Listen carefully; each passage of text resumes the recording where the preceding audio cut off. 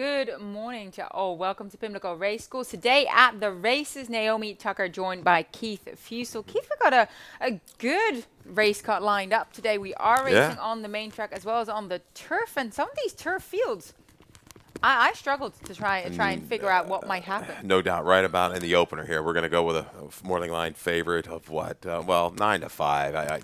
Now we've got early money 9-2 on the 13. Things will change, but you got a chance for some home runs on today's card. I really like the card from a betting standpoint. You're right, back on the turf. Turf listed is good right now. We'll update if necessary, but I'm looking forward to this Sunday card. Getting ready to wrap up one more day, Memorial Day weekend, and it's a gorgeous day out here. If you kind of come out, man, it doesn't get any better than this right now. Yeah, beautiful weather right now. Of course, we will be racing tomorrow on Memorial Day. That's one of our traditions here, that we have a Memorial Day racing card. 12:40 p.m. post, 8 races coming your way. And of course, we are looking ahead towards some of the turf action that will be resuming to the listed Stormy Blue Stakes, as well as the Find and the Old Brandy, which are both Maryland bred, Maryland sired event as well, that we're all looking forward to coming up on June 19. So look, we're coming off the back of course, a huge weekend last weekend with the 147 running of the Preakness Stakes, as well as the Friday the Black Eyed Susan. But we continue with some other stakes action for a couple of the local breds, as well as of course the listed event in the Stormy Blues. But let's have a look at the track conditions. We already gave it away. It's a gorgeous day. The sun is shining. We're racing on the turf, and the main track is fast. Look at that. Plenty of room. Get out there, get a seat, get a cold beverage, something to eat, and enjoy this live racing card. There you go, 75. I think we're going to get up close to 80, maybe the lower 80s this afternoon. So cash up and come on out. Yeah, bring some sunscreen because the sun is out here, and have a wonderful Sunday with us. Let's talk some racing here. Race number 1 kicks off that early pick 5 sequence, as we've come accustomed to. 5 furlongs the distance on the turf. We kick off the day with turf action.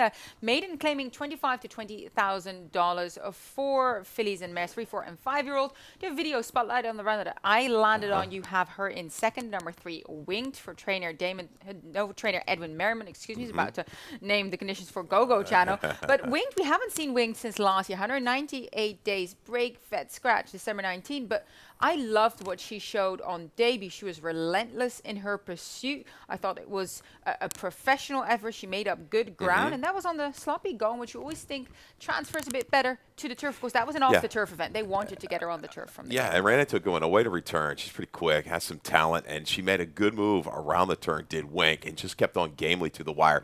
Imagining, we talked about this stallion doesn't hit a lot with first-time starters, so showing that kind of effort in debut, that gives me a little bit of hope. I know we're off time, but we're coming back. This filly's out of a mare chassis idea, right? You remember her from around here, just a multiple stakes type of horse, really, really fast. I think the transition here to the turf, she could be better on the turf than the main track. So subsequently, if that number goes up, she's going to be tough to deny in the opener. I think she's going to very much enjoy the conditions here. But you land on the number 5, Seep, if I say that correctly. This is a first-time starter for Michael Merriman. Of course, the Merrimans well represented in this race. And looking at the pedigree, her dam sister took 8 starts to break her maiden, ended up breaking her maiden going 4.5 furlongs actually at Charlestown, that really minimum distance. But she's a half-sister to quite a talented individual, isn't she? Yeah, Tafaya, it was really good. 5 for 6, turf sprint, topped at 100. Taking, the Holy Boss is a stallion here. Not a whole lot to go on. There's a small sample size, but they've hit the board, right? They've got some speed, so looking for a little bit of better price. But I tell you what, she better be tied on, kind of down towards the inside in a bigger field. She can't miss the break. She's got to go. Faya was very, very fast. Let's hope Seep is well, because she's going to need it against this group. Yeah, Faya broke his maiden on 3rd start, but first time on the turf. So definitely possibilities here for Seep. I have her underneath. I used the number 2 Go-Go Channel as well for trainer Damon De Lovico. Didn't flash any early speed on debut, but that might just have all turned around when you look at the sharp work tab in the morning. Good work. Finished up well on the 21st on the main track. Sire, outwork, another one. Good with this with the turf sprinter, 16%. I like that. Damon's just kind of shake that kind of stat there on his turf runners. He just hasn't had a lot of unfortunate luck. He hasn't had luck on the turf, but maybe Go-Go Chanel can change things up for the barn. I really like the opening field here, race number 1. Race number 2 comes along next. That's a claiming $16 to $12,500 event. No one is a 2 in their entire career. 6 furlong sprinting on the main track, and the early pick 4 starting right then. You see this spread, single spread. I mean, and race 4, I'm taking a little bit of a leap here because I'm going against the two morning line favorites. But here we go, 1, 2, 4, 5. What say you could get in there? Maybe even Disputed Notion. This could be an all in race 2. I've got a spread around in there. Race 3 as well. 4, 5, 9, and 10. Ghost Lighter. We got a stat for that one. It's my top selection. Singling Andolich Vita here in race number 4 with the 5. Carlos Lopez and Dale Capuano first off the claim, and we'll finish it up. 3 horses in that last leg. Race 5 with the 1, 6, and 7. These are some, really fields. deeper fields, evenly matched. You're going to have to spend a little bit, I think, to make a bigger score. I think some big scores are in order today.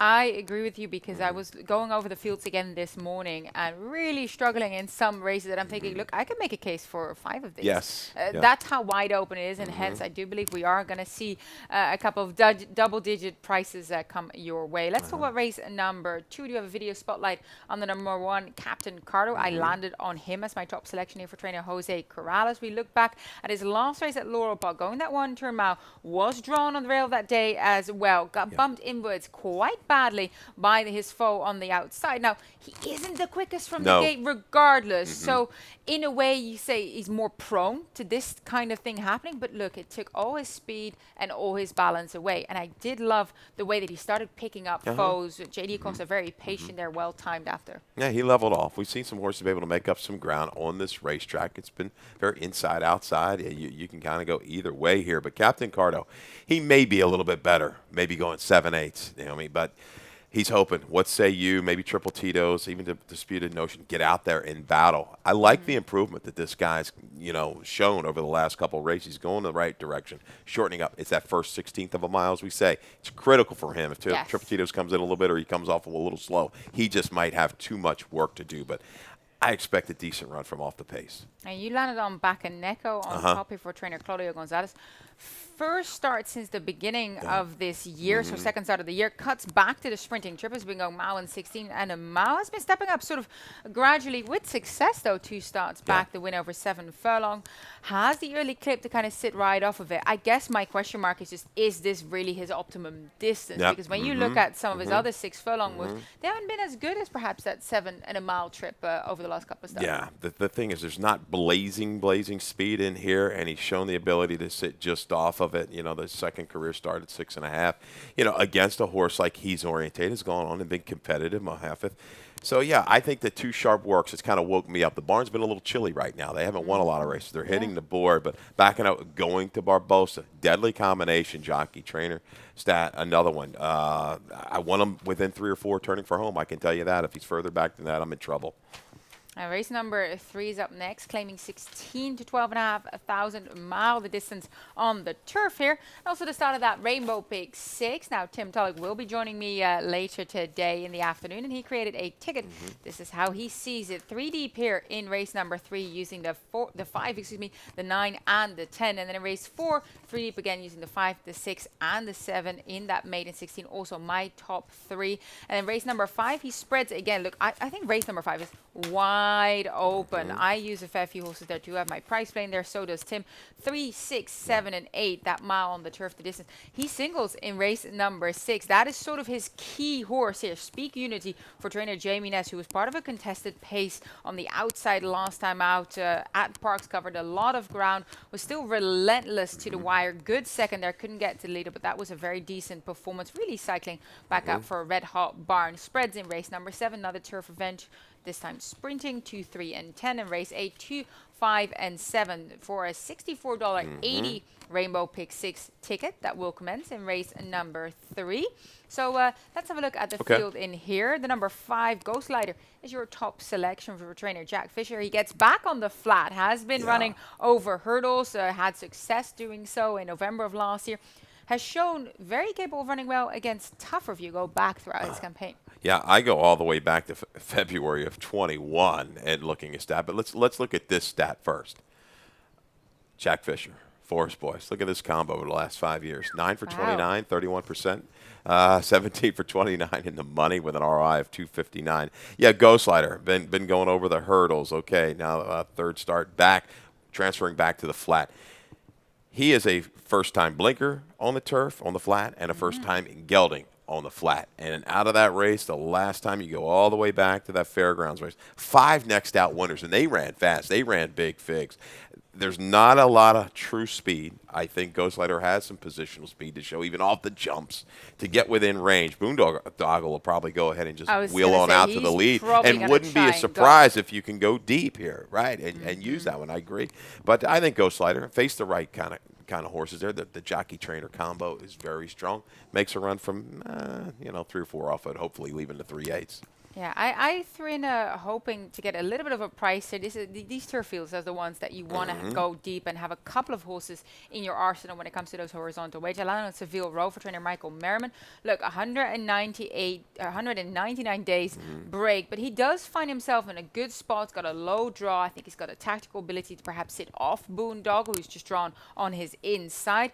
Look, the question mark, of course, is he's going to have to be ready to fire, but he closed off the season with a strong win against Claiming Types last time out at Laurel Park, and he held his own on Maryland Million Day. So taking just a bit of a flyer with Seville Row. Likes the mile as well. This is his best distance, no doubt about it. Again, good draw in here to stay within range, to save as much ground as needed. Hopefully by the time they leave the 3/8, he's still there, maybe covered up, and then goes and finds some room from there to make that run. But I like the way this horse finished the season in 21. The mile is a perfect fit. Yeah. Yeah, so taking a bit of a flyer. You use the number 10, I do as well. Resident Liberal, Mary Appler trains, drawn all the way to the outside. Was moving upwards last year on the turf at Laurel. Spent the win there at Gulfstream Park, running on the Tapeta circuit, which, aside from the fact that it's a championship meet, so it's very competitive, not every horse really likes the Tapeta surface. Of course, slightly different from that turf course. Hopes to have the pace to possibly use in here to then run out, because that's kind of his style. That's going to be the key. Is he going to have enough flowing from that outermost post? I mean, Barbosa and Mary, they teamed up for a win, right? Just recently, was it yesterday, I believe, if I'm not mistaken, or the day before, but got the job done. Resident Liberal has that steady kind of a grinding style. He's going to have to get inside, I think, sometime by the time they hit the backstretch and then work away, work a seam. I don't know if he's going to be able to sustain a long, wide run. Yeah. But his figures work. His company lines work. Mary seeks out Barbosa.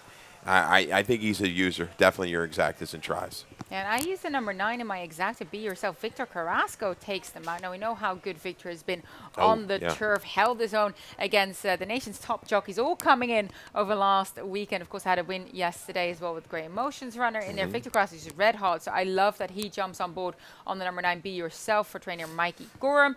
And look, if you look back, the figures and the performances are there to say Be Yourself can make a move as long as he stays within reach. Yes. We've seen him, depending on the pace, very, very far back, still comes into it, but doesn't always get there in time. Yeah, his company lines, again, like Resident Liberal work. Is the flow just going to be enough? Can he be that good? I'm hoping Ghostlighter, with these blinkers on, first time on the flat, the first time gelding angle on the flat, jockey trainer, gets into position. Ghostlighter, I don't want to see him trying to come from too far back, leaving that far turn. He's got to get Poe. So, Principality is another one I think is going to be tough to leave out. Yeah, I think this is a really interesting race. And we mentioned Boondoggle, like what if he runs away with it? Nobody even tries to pressure him and they can't collar him late. It's a really intriguing field in race number 3. Race number 4 is a maiden claiming $16,000 to $12,500 race, 6 furlongs on the main track, a little distance. We have a video spotlight, so we'll start with the number 7 in here, which is Dream Happy for trainer Romy Bells. Look, we're looking back at his last race. That was at Delaware last year, about 230 days ago, where he got badly hampered right after the start. You see, it's kind of that, the closed door effect from both sides. You can see the whole break was gone for him right there, and not by his own doing, because he actually broke on top of things. Yeah, broke okay, then just sandwiched. But I like the effort that he got into position, gave a good effort around the turn, and even here, maybe a little out kicked, it just shifted out, but continued with some effort. We've got 2 horses here sponsored off of time and a drop. Dream Happy, same kind of thing. I don't know. They almost kind of look too good. They're going to be short prices. I go with the 5. I go with the Lichvita. Capuano off the claim. Here's the stat here that's going to send you right over the top for this runner. Also, Carlos Lopez and Capuano have done quite well together. So, Dale, the last couple of years, do we have this, guys? 8 for 22, 36% first off the claim and a 50% jump. 36% first. Yeah. I knew it was good first off the claim, but with those kind of specific And jumping parameters up. is what's going on here. Indeed, the move upwards instead of downwards, that encouraging, protecting kind of move. Ooh, I have him in third. Okay. But yeah, you are looking at Dream Happy as well as sponsored, like you said, coming both back of long break sponsors, almost a year away from the track for training Damon Ludovico. But Damon Ludovico is really, really good getting those horses back to race fitness before they line up at the track again. So have a little bit of faith there. First fight claim. I'm assuming they just might had something ailing him. He was claimed at Churchill Downs. They gave him a lot of time. Now they come back. I guess the worry is he is in for 16, so they are moving him down. So perhaps he isn't really showing what they wanted to see at home. Yeah, just need to be aggressive here. You've had a horse, all this time. Let's try to go and get the money. But I think the Lichvita is going to be up on the engine. May have to deal with the 2 a little bit. Forever the Expect boss. If the 5's forward, the 5's going to be around. Yep. Yeah, we'll take a small break, but stay with us. We'll be right back.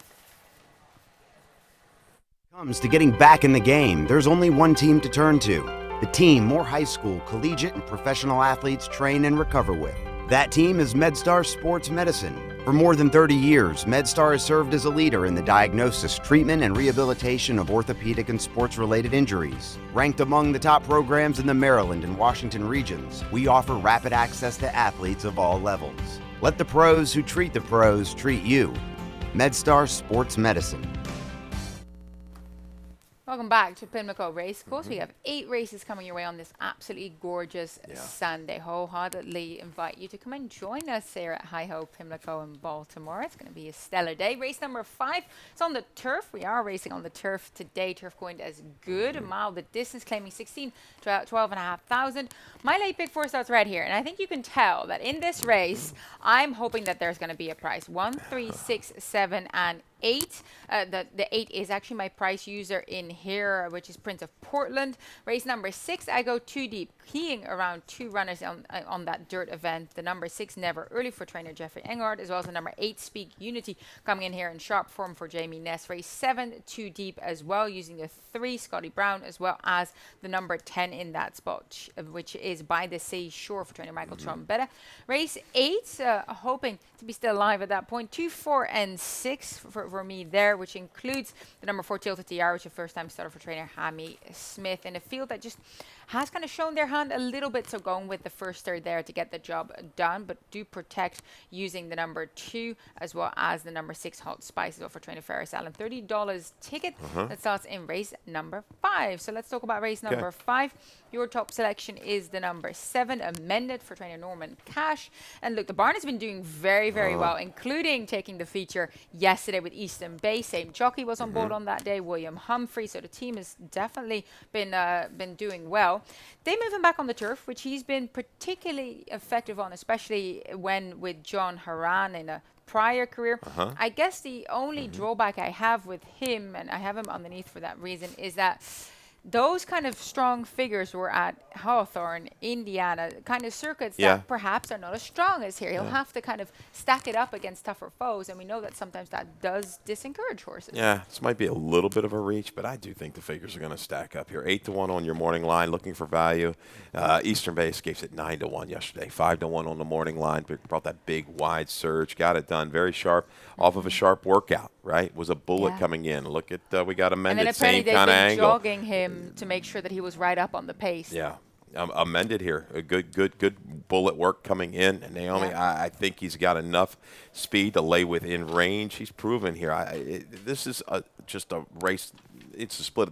Race 3 and 5, the same condition. both wide open. You got to search for a price, and you got a horse here 3 for 6 in the money with a win with the figures that stack up. You're getting in light with the jockey, a trainer that might be cycling back in the right direction.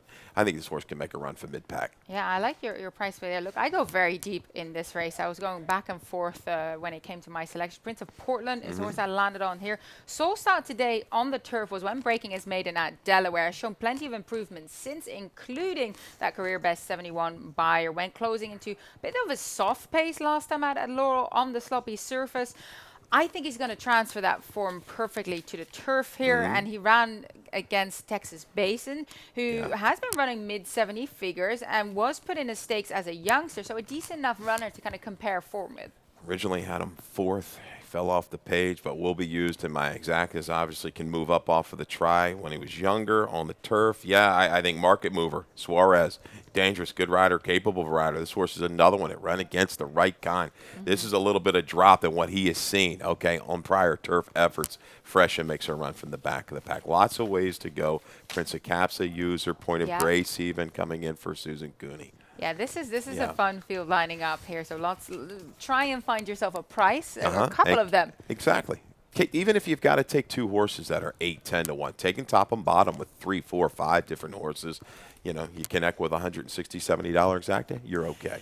Absolutely. Yep. That wouldn't be a bad score at all. Race number 6 is back on the main track here. 6 furlongs of distance, optional claim starter allowance. And we're going to go right into the horse that actually Tim Tulloch singled on in his Rainbow Pick 6. That is the number 8 Speak Unity, for trainer Jamie Ness. And we look back at his last race. That was at Parks, where he was part of a contested pace early. He was on the outside. You can see there was a couple of horses on his side. He covered a lot of real estate, kept on fighting, kept on being on that pace, refused to give in. I wasn't able to get to the leader, but was a very strong second. Yeah, and this was first time in the Ness barn, so second time Ness. Expect even the hold form, maybe even an improvement. This was a Ness exacta this day, and these 2 horses kind of jumped up and improved in numbers. The rest of the field, when you go back on what they had run leading into this effort, so. But you got to pay attention, the way these Ness runs. This horse was very game to the wire, seeking out Barbosa. Again, positional speed. Doesn't want to be hung real wide against this group. I don't think there is a slew of speed. Who's going to bring the finish? Maybe it's the 5, Manolito, here. Second time off the break. This is a horse that's shown the ability to rally. Got 1 try off the break. Just used up into the pace. You're going to see different tactics here with Forrest Boys. Take back and settle, save ground, and run into that flow. Those were my notes. I was thinking Forrest is a perfect rider for this horse because he's just been much more effective when allowed to settle early before moving into it. And that's exactly what Forrest is very, very talented at, allowing horses to gather themselves and then at the right time saying, all right, let's go, and getting there just before the wire. So I have him underneath as well. I use Never early on top. He takes a step down from Open Company allowance foes at Monmouth. Was on a roll before that at Aqueduct, showing strong early pace. Now, I don't think he's going to get to the lead here. I think perhaps flank speed just a touch faster. I use him underneath just as a saver because of that early speed he's going to show. But I think he's going to enjoy this group more than what he's seen on the other circuits. Agreed. Another highly competitive group here. There's lots of way to go. I'm banking on the Forest. And this owner-trainer combo has been pretty good over the last year, 3 for 13 in Maryland. So I like that angle as well. See how things pan out. Race number 6, race 7, another turf sprint, 5 furlongs on the grass, optional claim starter allowance, and we both landed on the number 10, so we'll mention him first, which is the one of the outside runners. By the Say Shore for trainer Michael Trombetta.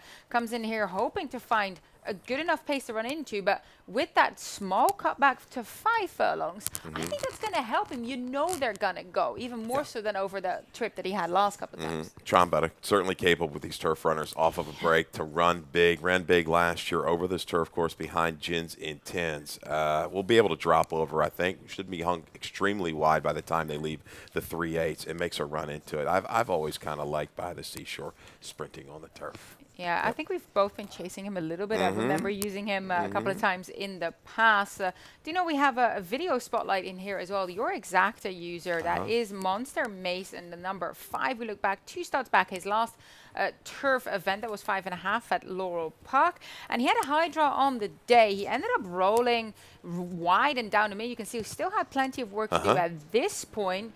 Ended up also having to shift around a little bit, but despite that, showed good tenacity to the wire. Yeah, Corojo's a capable rider. You're always going to get a price, right? And this horse, unfortunately, with that 10 post, hung out every step of the way. But it's the effort through the final 3/16 of a mile that caught my eye. Closed up some, meaningful ground. I mean, almost 7 or 8 lengths from mid-turn home. Now we're shortening up here to 5/8. This is a horse should be able to drop just inside, be able to kind of sit under some cover and make a run. Price user here is Monster Mason. Yeah, definitely a price user. Yeah, I landed on Scotty Brown, who is also going to try and pull something similar. Hasn't shown speed in the past, but I just think that there's a couple here that are faster from the gate than he is. Love that Fergal Lynch gets back on board. We know how good Fergal has been here on the turf, and this is a runner that I think is just going to enjoy getting back to the 5 furlongs. You've seen in the past, Gulfstream Park, he's ran very, very well over that exact distance with very close finishes. So I'm hoping that he's going to just jump straight back up to some of those higher buyer figures that would be good enough to win here. I agree. This horse is a user, has to be used. We'll sit a trip. Has that speed to stay out of trouble too. We'll get in this position around the turn, spy it, and go on. Yeah, and both of us used the number 2 Bardolino underneath as well. Sharp cutback again. You got to take any runner that Rudy Sanchez-Solomon right now is sending out into account, right? Clearly, another barn has done well. We've been talking about Ricky Silliman, who's been firing at the barn. But Rudy Sanchez-Solomon had a tremendous weekend, and this horse seems really flexible. Goes clean to the front or close to the pace when going longer. Now cuts back, but been effective over that as well. We don't see that too often, right? With the runner being that effective over multitudes of highly different distances. Versatile, no doubt. He's got speed. He's got some staying power here. Really big try. 2 races back against the long shot Nathan Detroit. It's going to have to be put into the race. He's been running pretty frequently. Will he be able to kind of sustain the last 16th? But he's going to make his presence known.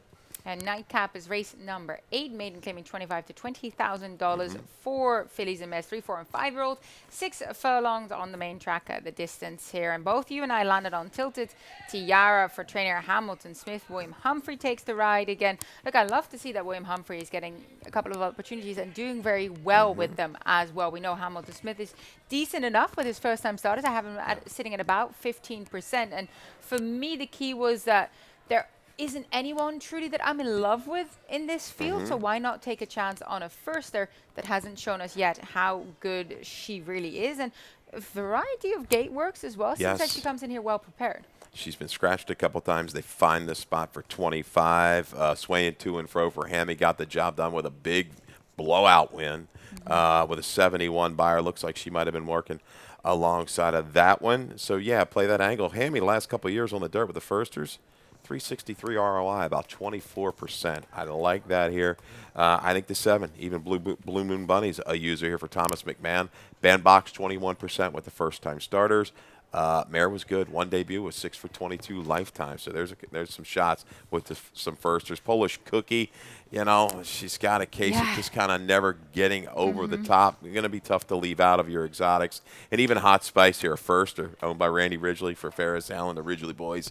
Flying under the radar, some capable breeders, the Ridgely boys, no doubt about it. Showed really good speed, in lone race. That was very quick. Horses come out of there to run okay. This one's going to be out there a while. Yeah, I used her underneath because I'm thinking second time with a similar distance, like you said, showed a lot of speed, just struggled. At least that race under her belt, perhaps a more conservative ride. That was a little bit over the top early there. It was part of that pace duel. And a couple of others moved on, like you said, and did pretty well. Yeah, with Polish Cookie, I had her on and off. In the end, I used her in 4th, 19th career start. We were talking about Color of a Cloud yesterday. Ran a gallon second. Again, that was her 32nd start, I do believe. So just hard to see them winning. But running underneath, from a betting standpoint, this horse is, if you select them, I don't know how you select them on top. You just can't. I mean, you can't depend on them. I mean, you're rooting for them, I guess. Absolutely. You're rooting for all these horses. You want them to get it done. But it's all about the betting for us right now. Yeah, I couldn't agree with you more. That was the final race on the card. I'll be back this afternoon joined by Tim Talek. Of course, Dave Rotman is up next with scratches and changes. All right, good luck.